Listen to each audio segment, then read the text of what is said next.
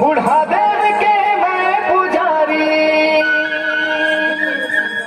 तीर कमानो धनुर्धारी,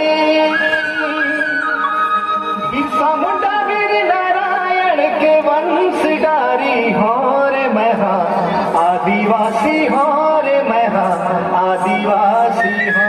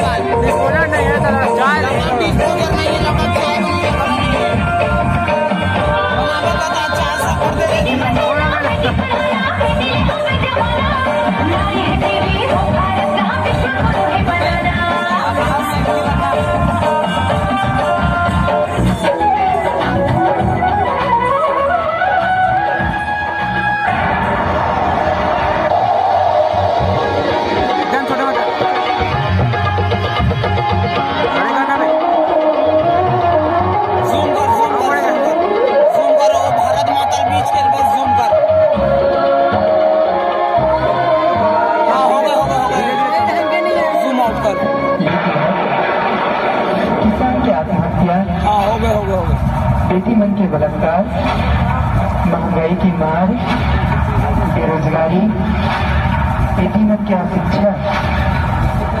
आखिर कब तक तुम्हें जुल्म की आग में तपो। किसान कथे कर्ज के कारण आत्महत्या करत है। बेटी कथे समाज हमोला हीन नजरिया से देखते, मगर खुद की समाज हमोला जिए के हक नहीं दे, एकर लिए मैं आत्महत्या करत हूँ। जनता कथे महंगाई के मार से मरत हूँ। स्वच्छ भारत अभियान ला मजाक बना के रखी हो। मैं भारत माता ला का जवाब दूं? ये सब के जिम्मेदार कौन है? निराश मत हो मातारी, ये भैया हमन स्वर्ग बनाबो, स्वच्छ भारत मिशन ला साकार बनाबो, ये भारत भैया श्यामला बनाबो। बनाबो ना भैया, बनाबो ना दीदी, बनाबो ना संगी, ये भैया जोहार है।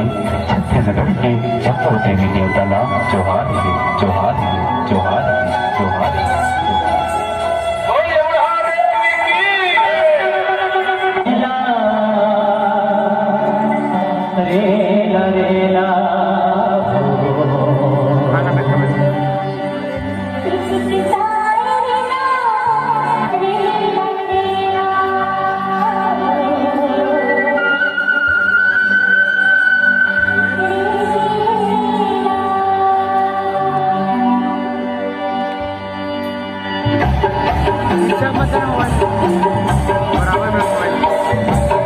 बराबर आकत रहे हूँ